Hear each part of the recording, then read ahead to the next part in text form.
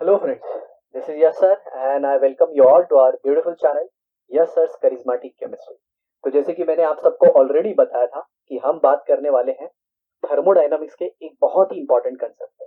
और मैंने देखा है कि बहुत सारे बच्चों को इस पे ढेर सारा डाउट आता है, तो आज इसी कंसेप्ट को हम क्लियर करें।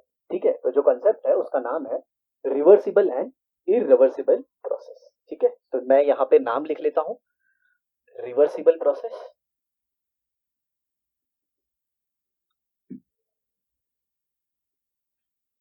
और इस साइड लिख लेता हूं मैं इरिवर्सिबल प्रोसेस।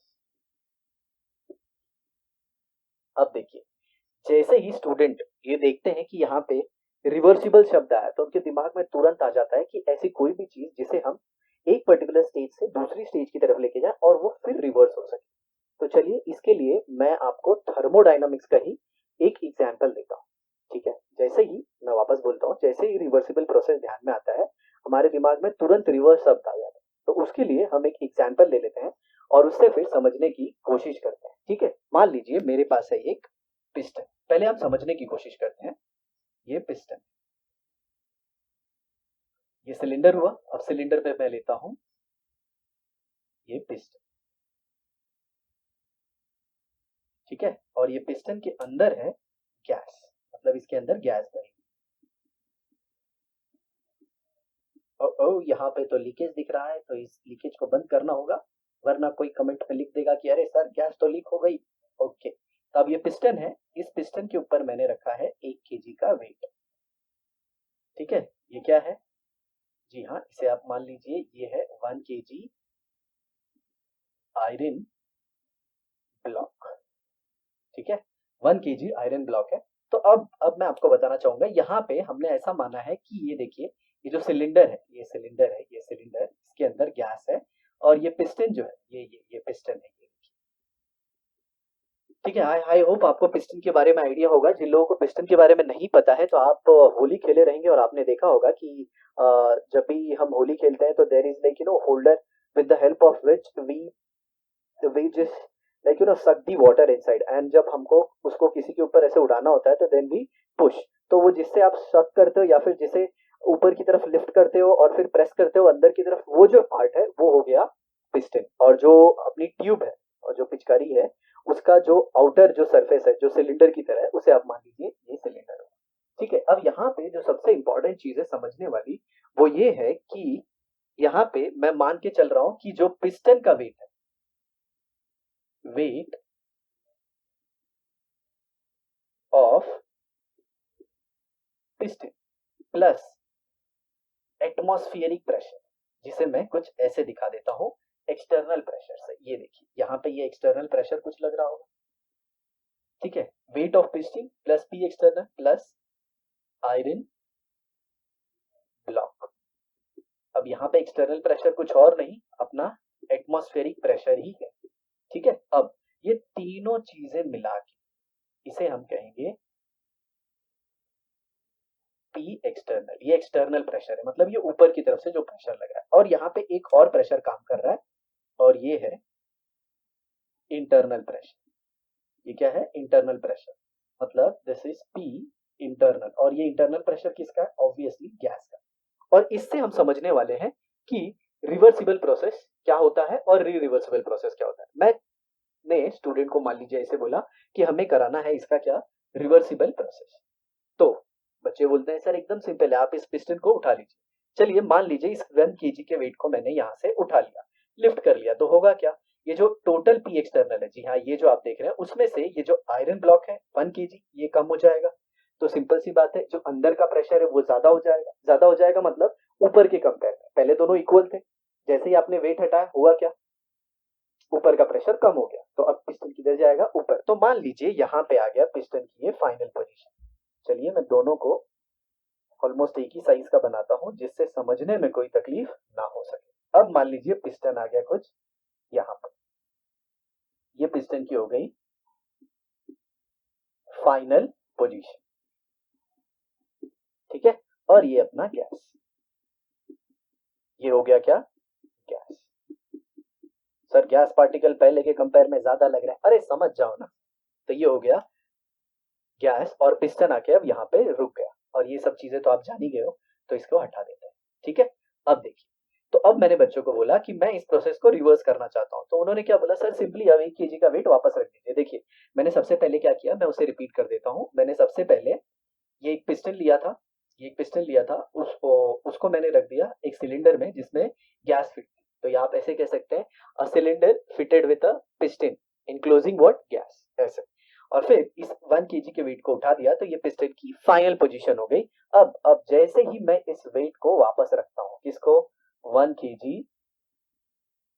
आयरन ब्लॉक, तो सिंपल सी बात है, जो पिस्टन है वापस इधर ओरिजिनल आ जाएगा। तो ये कौन सा प्रोसेस हो जाएगा, रिवर्सिबल, रिवर्सिबल प्रोसेस, क्योंकि इनिशियल ये था, फाइनल ये था। जैसे ही हमने वेट को वापस रखा, पिस्टन जो है वो अपनी ओरिजिनल पोजीशन पे आ गया। तो प्यारे बच्चों, आप ये मान के चलिए कि ये जो आप सोच रहे हैं कि ये एक रिवर्सिबल प्रोसेस है, तो बिल्कुल ऐसा नहीं है, क्योंकि it is a perfectly example of irreversible process. ये एक परफेक्ट एग्जाम्पल है किसका, इरिवर्सिबल प्रोसेस का। ठीक है, किसका एग्जाम्पल है, परफेक्ट इरिवर्सिबल प्रोसेस का। आई होप आपको समझ में आया होगा ये। बट सर कैसे, कैसे ये परफेक्टली इरिवर्सिबल प्रोसेस है, क्योंकि यहाँ पे तो सिंपल, आपने जब 1 kg का वेट रखा तो पिस्टन अपनी ओरिजिनल पोजीशन पे आ गया, तब तो ये रिवर्स हो गया ना। तो अब आते हैं हम अपनी काम की बात पे कि एक्चुअली रिवर्सिबल प्रोसेस होता क्या है। तो मैं यहाँ पे आपको बताता हूँ, पहले सबसे पहले डेफिनेशन किसकी, रिवर्सिबल प्रोसेस। तो इसे ऐसे ही रहने देता हूं, मैं यहाँ पे लिखता हूँ रिवर्सिबल प्रोसेस की डेफिनेशन। अब याद रखिएगा, इस साइड मैं लिख रहा हूँ रिवर्सिबल की डेफिनेशन, किसकी, रिवर्सिबल प्रोसेस। तो सुनिए, reversible process is a process which can be reversed, which can be reversed at any instant of time, at any instant of time, okay, जिसे हम किसी भी मोमेंट पे, किसी भी समय पे रिवर्स करा सके, उसे हम क्या कहेंगे, रिवर्सिबल प्रोसेस। तो चलिए इसी एग्जांपल से मैं आपको समझाने की कोशिश करूंगा कि कैसे ये इरिवर्सिबल प्रोसेस है, या फिर परफेक्टली इरिवर्सिबल प्रोसेस है और ये रिवर्सिबल नहीं है। देखिए यहाँ पे, मान लीजिए मैंने ये पिस्टन की एक इंटरमीडिएट पोजीशन आपको दिखाई।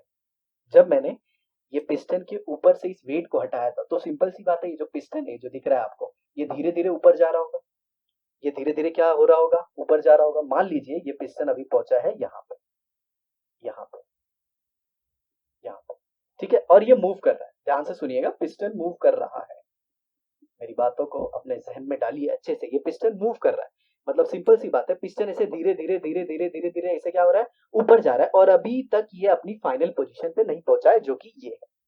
ये इनिशियल है, ये फाइनल है, और ये पिस्टन इंटरमीडिएट पोजीशन पे। और मान लीजिए तभी मैंने इसके ऊपर ये 1 kg का वेट जो फाइनली रखा था, अब ये बीच में ही रख देता हूं। इसे क्या कहेंगे, 1 kg वेट। ठीक है, तो अब आपसे ये मेरा क्वेश्चन है, क्या पिस्टन वापस उसी ओरिजिनल पोजीशन पे आ जाएगा। ध्यान से सोचिए, या चाहिए तो आप वीडियो को पॉज कर दीजिए और फिर सोचिए। पिस्टन मूव कर रहा था, देखिए ऐसे पिस्टन मूव कर रहा था, मैंने उसके ऊपर वेट रख दिया, तो क्या पिस्टन फिर अपनी ओरिजिनल पोजीशन पे जाएगा वेट रखने के बाद। जी बहुत सारे लोग आप सोचेंगे कि जी हाँ, पिस्टन वापस अपनी ओरिजिनल पोजीशन पे जाएगा, लेकिन मैं आपको यहाँ पे बताना चाहता हूँ कि पिस्टन ओरिजिनल पोजीशन पे नहीं जाएगा। अब ये क्यों नहीं जाएगा, तो इसे मैं आपको समझाने की कोशिश करता हूँ फिजिक्स के एक कंसेप्ट से। ऐसा सोचिए, ये जो पिस्टन है, ये जो पिस्टन है, ये ऐसे ऐसे पिस्टन ऐसे ऊपर जा रहा था, ऐसे ऊपर जा रहा था, ऊपर जा रहा था, और सडनली आपने इसके ऊपर क्या रख दिया, वेट। अब सिंपल सी बात है, वेट रखोगे तो कोलिजन तो होगा ही ना। अरे भाई कोलिजन तो होगा ही ना, और कोलिजन होगा तो कौन सा कोलिजन, जरा सोचिए ध्यान से।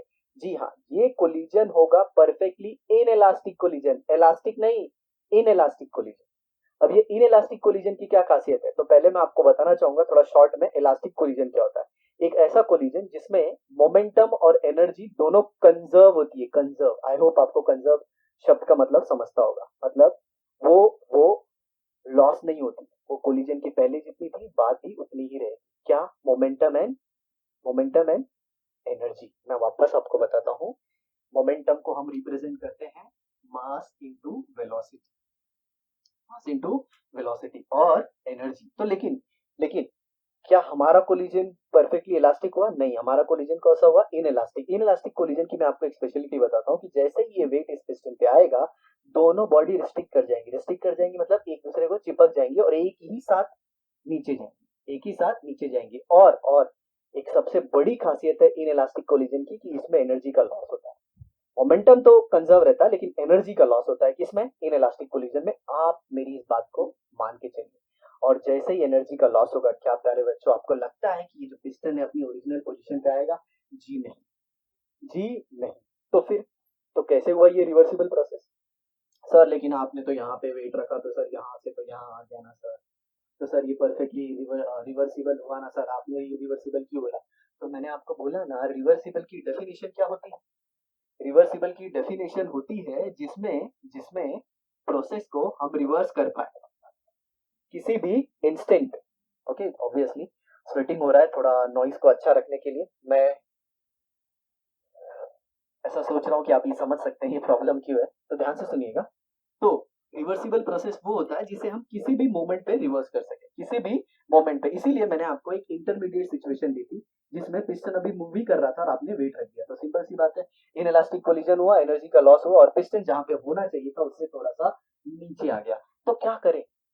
तो क्या करें हम इस प्रोसेस को रिवर्सिबल बनाने के लिए? तो मेरे दिमाग में एक ख्याल आया कि अगर वेट को मैं कम कर दूं, अगर मैं वेट को कम कर दूं तो शायद ये जो कोलिजन है वो इन इलास्टिक से इलास्टिक की तरफ चल जाएगा। तो जरा सिचुएशन को ध्यान से सुनिए।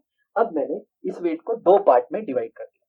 अब पहले जो ये 1 kg का था, अब इसे मैं एक आधे kg का ले लेता हूं और एक दूसरा भी आधे kg का ले लेता हूं। ओके, और फिर मैंने क्या किया, मैंने सिर्फ एक ही वेट को उठाया, मैंने सिर्फ एक ही वेट को उठाया। और जैसे ही मैंने एक वेट को उठाया, पिस्टन आके यहाँ पे रुक गया। मान लीजिए यहाँ पे आ गया पिस्टन, थोड़ा सा ऐसे दिखाता हूं, ये आ गया पिस्टन यहाँ पे, ठीक है ये।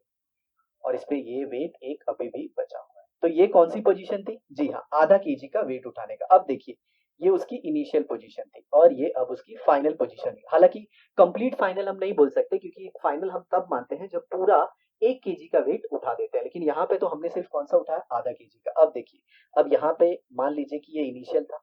मैं पहले डायग्राम से आपको जस्ट रिलेट करके दिखा रहा हूँ कि अगर इनिशियल होता तो यही पोजीशन होती ना इनिशियल, यही पोजीशन होती ना इनिशियल। लेकिन लेकिन उससे अब ये ऊपर चला गया है, सिंपल। अब जरा देखिए, मान लीजिए मैं अगर पिस्टन को इस पोजीशन पे एक्सपेक्ट करता हूँ, मतलब मैंने अभी जस्ट हाफ kg का वेट उठाया और पिस्टन ये पोजीशन पे इंटरमीडिएट, मतलब ये इनिशियल है और ये फाइनल है, ठीक है, उसके बीच का। और मान लीजिए फिर मैंने वही सिचुएशन कर दी, मैंने फिर आधे kg का वेट अब यहाँ पे रख दिया, जो ये उठाया था ना वो वापस यहाँ पे रख दिया।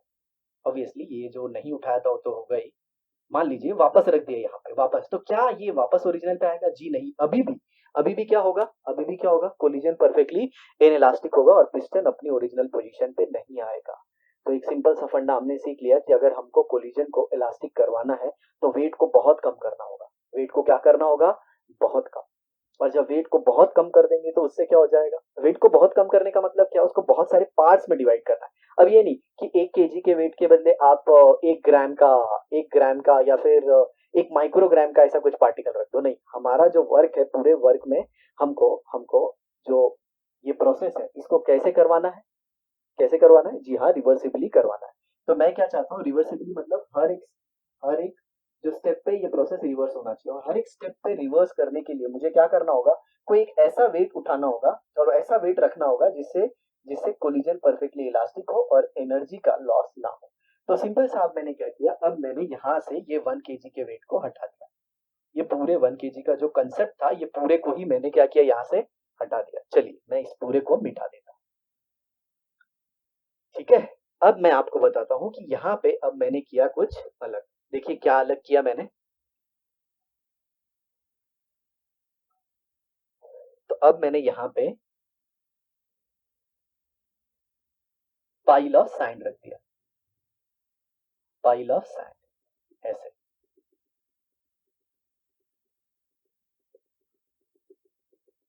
और अभी भी सिचुएशन पहले जैसी ही है। जी हाँ, अभी जो टोटल प्रेशर है वो पिस्टन का मास है, एटमॉस्फेरिक प्रेशर है प्लस ये जो पाइल ऑफ सैंड है, टोटल जो पाइल ऑफ सैंड जिसमें भी उसे रखा गया हो टोटल का मिला के वेट 1 kg ही है। अब ऐसा मत सोचना कि सर कुछ चेंज हो गया, और अभी भी जो जो गैस का प्रेशर है और ये जो पूरा एक्सटर्नल प्रेशर है जो इन तीनों की वजह से आ रहा था, अब ये आयरन ब्लॉक के जगह पे यहाँ पे क्या आ जाएगा, जी हाँ, पाइल ऑफ सैंड। मैंने सैंड पार्टिकल क्यों लिया, अब जरा ऐसे सोचिए, मैंने इसमें से एक छोटू सा सैंड पार्टिकल उठा लिया तो पिस्टन थोड़ा सा ऊपर जाएगा, सोचिए थोड़ा सा ऊपर जाएगा, और फिर मैंने उसी उसी सैंड के पार्टिकल को फिर रख दिया तो पिस्टन जस्ट थोड़ा सा नीचे आएगा, मतलब कोलिजन अब परफेक्टली इनइलास्टिक नहीं होंगे, अब कोलिजन कौन से होंगे, इलास्टिक। जी हाँ, अब हम एकदम परफेक्टली समझ गए कि रिवर्सिबल प्रोसेस वो होता है जो जो कभी भी रिवर्स हो सकता है। तो अब आपने यहाँ पे क्या देखा, अब आपने यहाँ पे क्या देखा, एक इंपॉर्टेंट पॉइंट कि जब मैंने यहाँ से एक सैंड पार्टिकल को उठाया तो पी एक्सटर्नल जो है वो पी इंटरनल से थोड़ा कम हो गया, थोड़ा क्या हो गया, कम। तो क्या मैं ऐसे लिख सकता हूं, P external plus DP is equal to P internal, मतलब जो गैस का प्रेशर है वो एक्सटर्नल प्रेशर से थोड़ा सा ज्यादा है, थोड़ा सा ज्यादा है। याद रखिए मैं एक्सपेंशन वाली बात कर रहा हूँ, कौन सी बात कर रहा हूँ यहाँ पे मैं, एक्सपेंशन, मतलब ये जो पिस्टन है ऐसे ऐसे इसमें जो वॉल्यूम है वो एक्सपैंड कर रहा है। आप दूसरा सिचुएशन भी ले सकते हो, कंप्रेशन का भी आप ले सकते हो। कंप्रेशन मतलब क्या होगा, आप जो वेट है वो थोड़ा सा ऊपर रख दोगे, मतलब एक और साइन पार्टिकल लाके यहाँ पे रख दोगे तो पिस्टन नीचे आ जाएगा, तो वो केस में क्या हो जाएगा, P external is equal to P internal plus DP. तो ये कौन सी केस आ जाएगी, ये कौन सा केस था, पहला वाला जिसमें इंटरनल प्रेशर ज्यादा था तो एक्सपांशन था, अब कौन ज्यादा है, पी एक्सटर्नल, लेकिन वो कितना सा ज्यादा है, थोड़ा सा, तो यहाँ पे क्या होगा, यहाँ पे कंप्रेशन।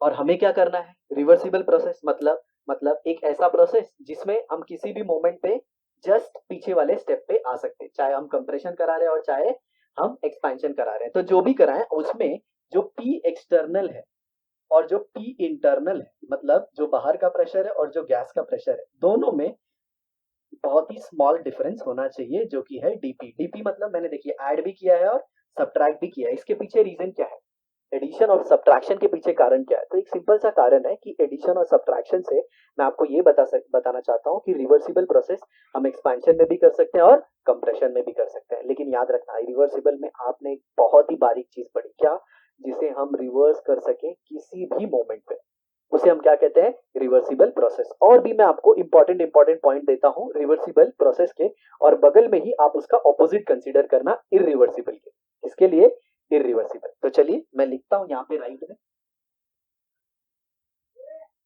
तो यहाँ पे देखिए यही साइड मैं पूरा डिफरेंशिएशन लिख देता हूँ किसके इसके बीच में, रिवर्सिबल और इरिवर्सिबल, तो मैं पूरा लिखूंगा रिवर्सिबल प्रोसेस का, और इधर साइड में शॉर्ट में हम लिख देंगे किसका, इरिवर्सिबल प्रोसेस। ठीक है, तो सबसे पहले चीज आपने क्या सीखी रिवर्सिबल प्रोसेस में, एक ऐसा process which can be reversed at any instant, any instant of time. और ये क्या होता है, ये किसी इंस्टेंट पे नहीं, फाइनल से इनिशियल पे आता है, फाइनल से इनिशियल पे आएगा, मतलब क्या, इसमें इसमें रिवर्सिबिलिटी नहीं होती, ये एक डायरेक्शन में जाता है, कौन से डायरेक्शन में, एक डायरेक्शन, एक इनिशियल पॉइंट होगा और एक फाइनल होगा, सिंपल। दूसरा इंपॉर्टेंट पॉइंट, आपने दूसरा इसमें इंपॉर्टेंट पॉइंट क्या देखा, अब जब आपको ये पूरा पिस्टन को, ये पूरा पिस्टन जो था इसको ये फाइनल पोजीशन पे लेके जाना है, हालांकि यहाँ पे हटा दीजिए, तो ये पूरा जो पाइल ऑफ सैंड था ये पूरा हटाना होगा आपको, तो आपको ये स्टेप को बार बार करना होगा, बार बार करना होगा, बार बार धीरे धीरे एक एक सैंड पार्टिकल उठाएंगे।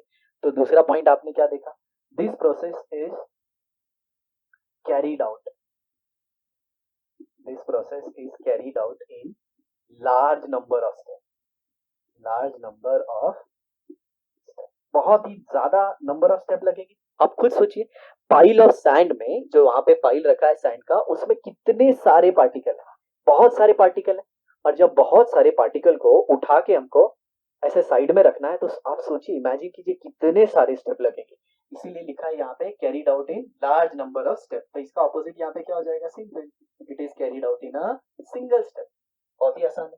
ठीक है, दूसरी और एक बात, अगर ये प्रोसेस जो है ये बहुत ज्यादा स्टेप में करवा रहे हो आप, तो ये बहुत टाइम लेगा।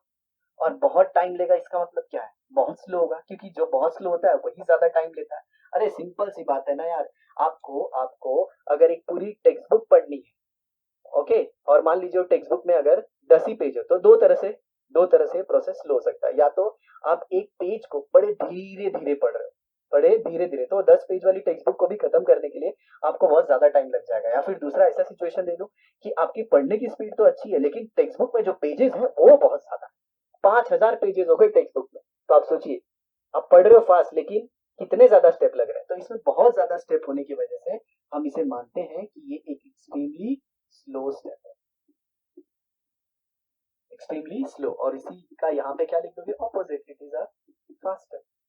ठीक है, सिंगल स्टेप और एक क्या है, फास्ट। तीसरा हो गया पॉइंट। अब चौथा देखते हैं, carried out in large number of step. Large number of step मतलब हमें पता नहीं है कि ये कितने सारे स्टेप में कंप्लीट होगा। तो ओवरऑल सिंपली मैं आपको बता देना चाहता हूं यहाँ पे कि जो रिवर्सिबल प्रोसेस होता है एक इमेजिनरी प्रोसेस होता है, it is an imaginary process. और ये जो है ये रियल प्रोसेस, ये रियलिटी में होता है। ठीक है, और एक बहुत इंपॉर्टेंट पॉइंट अगर आपने यहाँ पे देखा होगा, तो यहाँ पे जो एक्सटर्नल प्रेशर था, जो एक्सटर्नल प्रेशर था उसे आप कम कर रहे थे। जो बाहर वाला प्रेशर था आप देख रहे थे, आप बार बार ये इनिशियल से फाइनल ले जाने के लिए एक एक सैंड पार्टिकल को ऐसे उठाते जा रहे थे, और एक एक सैंड पार्टिकल को आप उठाते जा रहे थे, तो आप कर क्या रहे थे एक्चुअली, आप एक्सटर्नल प्रेशर को क्या कर रहे थे, कम कर रहे थे। लेकिन अगर वही मान लीजिए सिचुएशन ऐसा आ गया कि आपको ये एक्सपेंशन के बदले अगर कंप्रेशन करना है, तो आप एक्सटर्नल प्रेशर को क्या करते, बढ़ाते। तो सिंपली यहाँ पे जो नेक्स्ट पॉइंट है वो क्या मैं लिख दूंगा, external condition is variable, is variable. ठीक है, या फिर एक्सटर्नल प्रेशर इज वेरिएबल, और यहाँ पे क्या लिख सकते हैं, it is fixed, it is fixed, या फिर पी एक्सटर्नल इज फिक्स्ड। और एक इंपॉर्टेंट चीज, जब इन दोनों को मेरे को कराना था तो मैंने आपको बताया रिवर्सिबल कराने के लिए मैंने ये एक्सटर्नल में और इंटरनल में डिफरेंस बहुत छोटा रखा था। तो एक सबसे इंपॉर्टेंट पॉइंट मैं यहाँ पे ऊपर की तरफ लिख देता हूँ कि द डिफरेंस बिटवीन मैं ऐसा मान लेता हूँ, मैं एक्सपांशन की कंडीशन को मान लेता हूँ, इसकी एक्सपांशन, मान लीजिए मैं एक्सपांशन करा रहा हूँ, आप कंप्रेशन भी करा सकते हैं, कोई बात नहीं। तो एक्सपेंशन जब मैं करा रहा हूँ, तो ये जो गैस है ये प्रेशर लगाएगी तभी पिस्टन ऊपर जाएगा ना। तो ये हो गया मान लीजिए ड्राइविंग फोर्स। तो ये जो इधर का प्रेशर लग रहा है इसे मैं ड्राइविंग मान रहा हूँ, हालांकि ऊपर वाले को भी आप मान सकते हैं ड्राइविंग जब वो कंप्रेशन होगा। ठीक है, तो ये देखिए ये ड्राइविंग फोर्स है, ये अपोजिंग फोर्स है, ये ड्राइविंग फोर्स, ये अपोजिंग फोर्स, दोनों में डिफरेंस बहुत कम चाहिए, तब आपका होगा रिवर्सिबल। नहीं सर अगर मैंने कम नहीं किया तो क्या होगा सर, अरे सिंपल सी बात है प्यारे बेटा, मैंने एंड में आपको बताया ना, अरे एंड में क्या स्टार्टिंग में ही बताया था ना कि अगर डिफरेंस ज्यादा होगा तो पिस्टन फट से ऊपर चले जाएगा, और वो तो परफेक्टली एग्जाम्पल किसका है, इरिवर्सिबल का। तो क्या होगा यहाँ पे, the difference between driving force and opposing force, driving force है ऑपोजिंग, इनके बीच में जो डिफरेंस है, डिफरेंस बहुत कम होगा। और यहाँ पे क्या होगा, इरिवर्सिबल में the difference between driving and opposing force is large. आपने किया क्या था, आपने 1 केजी का वेट रखा था, सिंपल उठा दिया उसको, और जैसे ही आपने 1 केजी का वेट उठाया हुआ क्या, एक्सटर्नल प्रेशर बहुत ज्यादा कम हो गया, और बहुत ज्यादा कम हो गया तो जो ड्राइविंग है और अपोजिंग है वो क्या हो गए, लार्ज डिफरेंस के साथ आ गए। अब कुछ इंपॉर्टेंट पॉइंट, तो इतना पॉइंट आप नोट कर लीजिए क्योंकि अब मैं इसे मिटाने वाला हूँ। ठीक है, तो अब वीडियो को पॉज करके इसे नोट कर लेना, स्टेटमेंट के फॉर्म में मैंने शॉर्ट फॉर्म में लिखा है। अब देखिए कुछ इंपॉर्टेंट बात, तो यहाँ पे हो गया हमारा रिवर्सिबल,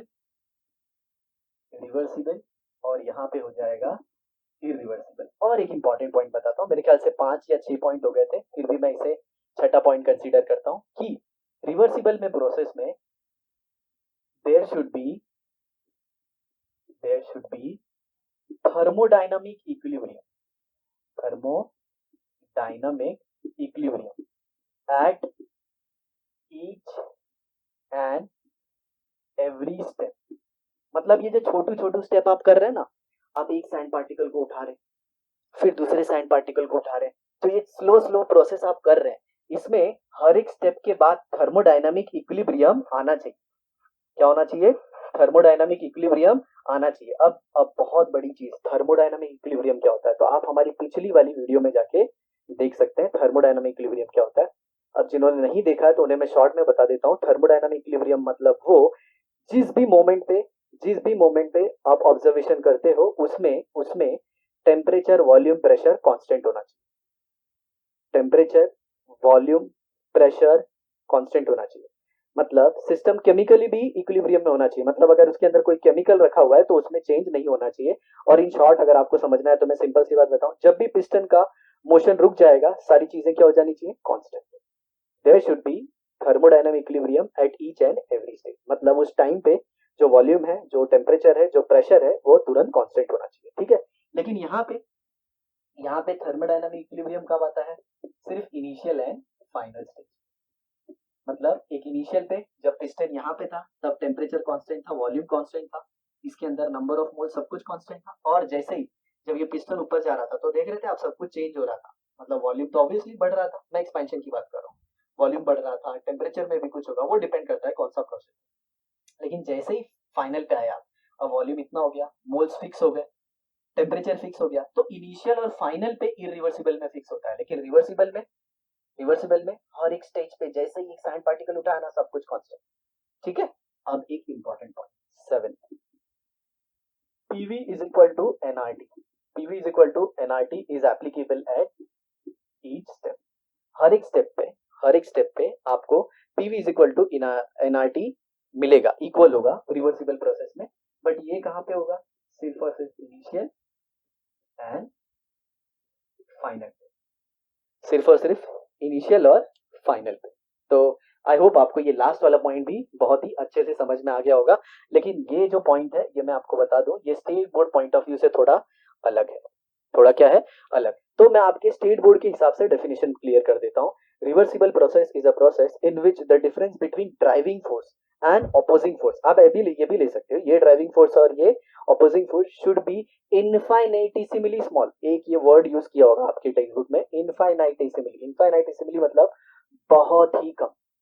बहुत ही कम डिफरेंस होना चाहिए किसके बीच में, ड्राइविंग और ऑपोजिट के बीच में। तो वो परफेक्टली क्या होगा, रिवर्सिबल प्रोसेस, ठीक है। मैंने इसे बहुत ही अच्छे तरीके से आपको फिजिक्स का थोड़ा कंसेप्ट यूज करके हर एक चीज को बताने की कोशिश की है, ठीक है।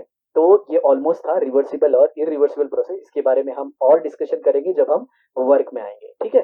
तो फिलहाल के लिए आई होप कि आपको ये बहुत अच्छे समझ में आया होगा। अब एंड में मैं आपसे एक क्वेश्चन पूछता हूँ, आपको मुझे बताना है कि जो मेल्टिंग ऑफ आइस है, आइस देखिए यहाँ पे आइस है और ये आइस किस में कन्वर्ट हो गया, वाटर।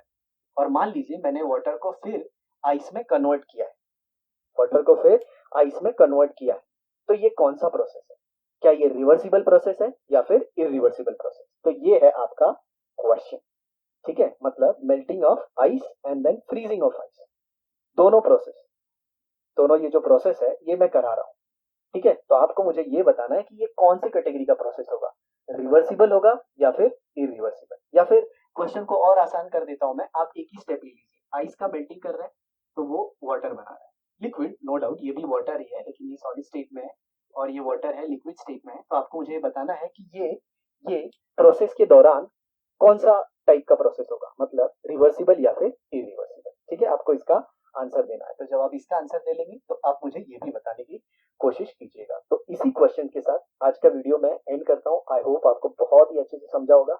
हमारी वीडियो को इसी तरह से फॉलो कीजिए, अपने फ्रेंड्स की बात को ढेर सारा शेयर कीजिए और जरूर लाइक बटन दबाइए ताकि मुझे पता चले कि मैं कितना इफेक्टिव रहा। और आपके साइड से अगर कोई सजेशन है तो I welcome as always. Thanks a lot for watching the video. Have a nice day, bye bye.